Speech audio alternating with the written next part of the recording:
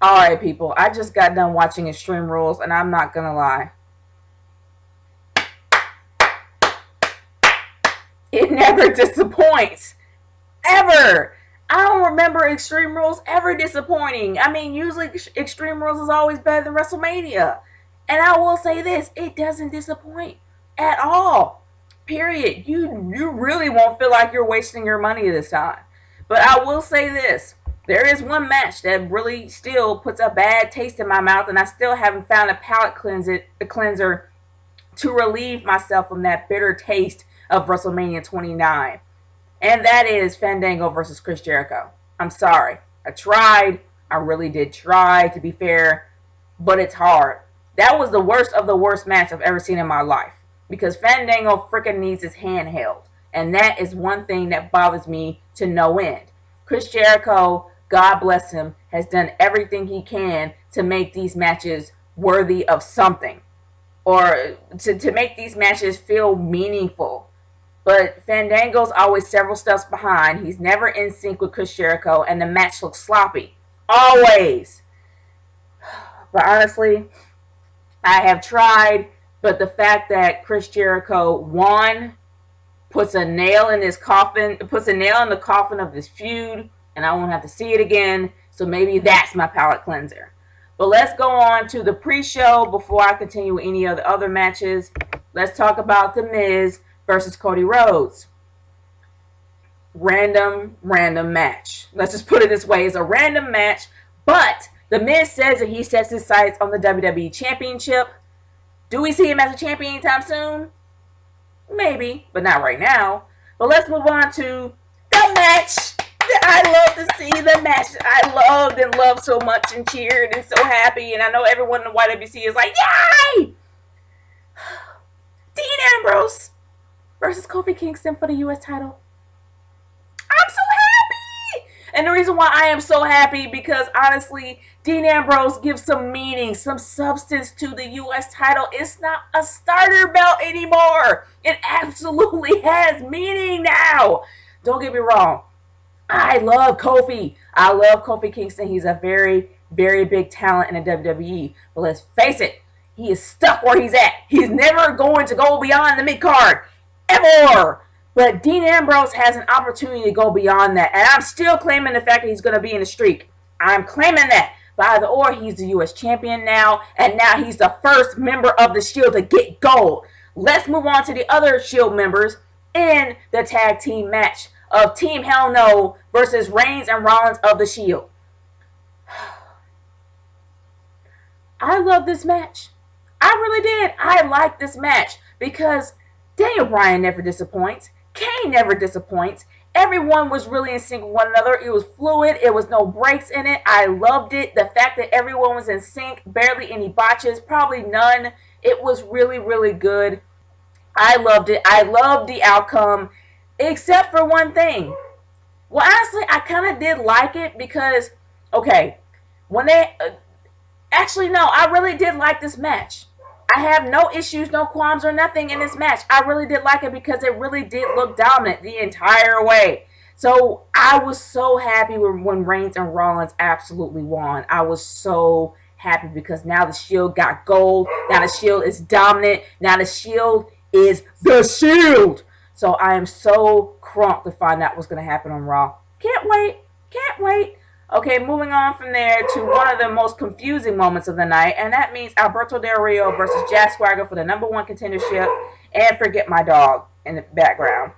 For Alberto Del Rio versus Jack Swagger in the number one contendership for the World Heavyweight Championship in an I Quit match.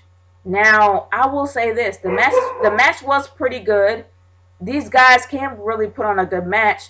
But there were two things that really confused me. Number one, why on earth do you really do decide? Number one, why did Zeb Coulter talk about the IRS and how the IRS was like screwing everybody and then try to tie immigrants in there?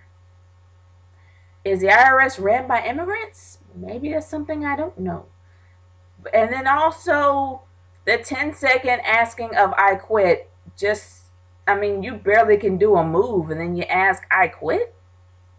I don't know. I would rather have like 30 seconds. But the biggest confusion of the night, and I know a lot of people on Twitter have talked about this, was the replay. Now I like the replay because of the fact that they actually absolutely gave the referees some sort of substance, some sort of importance in the WWE. So I didn't really mind that at all, but I honestly think that it was kind of funny the fact you have a giant Titantron, you're looking at a screen as small as your hand.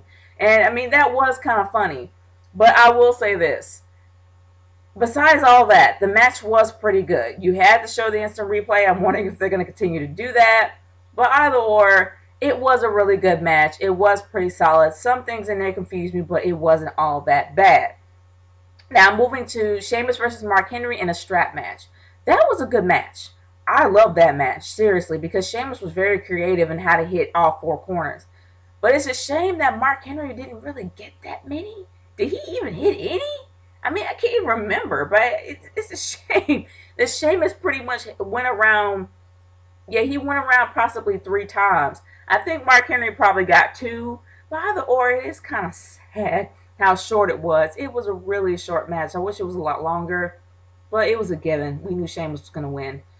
Okay. The Extreme Rules match of the night. Randy Orton versus The Big Show. Random, yeah, just to get Randy Orton on the air. But it was Randy Orton's hometown of St. Louis. Do you think he's not going to be there? Come on, he's going to be there. But the match really was pretty good. They really did show that it was Extreme Rules. They really showed the fact that, okay, you know, it's Extreme Rules. Use everything you can possibly throw your hands at. You know, anything you can absolutely get your hands on, throw it in the ring, use it, whatever. They absolutely used every resource they could find, which made it Extreme Rules, which was great. But I really was kind of taken out of the match because I knew what the ending was going to be. Do you honestly believe that Randy Orton is going to allow the Big Show to beat him? No. So that's the reason why I was kind of taken out of the match. But it wasn't bad. I'm not going to say it was bad. It's not bad at all. I thought we were going to have a Divas, but we aren't because of AJ. Moving on from there. All right. What everyone predicted was going to be the main event of the night and ended up not being the main event of the night, and it kind of made me happy that it wasn't. The WWE Championship on the line with John Cena versus Ryback in a last man standing match. Just ignore the dog in the background. But it was no contest, and I will say this. I got taken out of the match because of my stream being broken up because of the weather. But I had a chance to see some clips before it ended, and I was like floored. They went all out. I'm not going to lie. Before my stream cut out, they went all out. This was a good match. I'm not going to lie. It was a good match. I was on the edge of I was like, whoa. And I'm usually not like that when it comes to a John Cena match. Like ever. But I will say that it was that good. They really did deliver. But not as good as the main event. Brock Lesnar versus Triple H in a steel cage. That's all I have to say. How can I say more? Like, well, I can say more, but I will say this. They made a good decision in having Brock Lesnar beat Triple H. Not by walking out, but by pinning him 1, 2, 3. Because it made Brock Lesnar look like a dominant monster that he was supposed to look like when he was facing John Cena. But John Cena buried him. Then Triple H buried him. And now he comes back looking like a dominant monster. I'm loving this. Seriously. Because it would have made that whole invasion and everything that they did at WWE headquarters look stupid if he did not win. So I'm happy that he did win. I'm happy they made a decision for him to win. I'm happy that he used his invisible camo sledge to take him out and then did his signature moves not once but twice. Good ending. Good ending. Because it's going to get in the head of Triple H. And nobody gets in Triple H's head. Except for maybe Stephanie. But either or, no one gets in the Cerebral Assassin's head. And that's why I love the ending. I love the ending of this pay-per-view. Overall, this was a good pay-per-view. Usually, Extreme Rules never disappoints. It did not disappoint me. It didn't disappoint me at all, except for Fandango versus Chris Jericho, but that's my issue. But I want to see what you guys have to say about this. I want to hear your voice, your response, your feelings about Extreme Rules. Send me a video response or leave a comment below on how you feel about Extreme Rules. Tell me how you think it should have went. Tell me what you think the outcome should have been. I want to hear what you guys have to say. It's Nature Girl 30 signing off. Peace out. Later.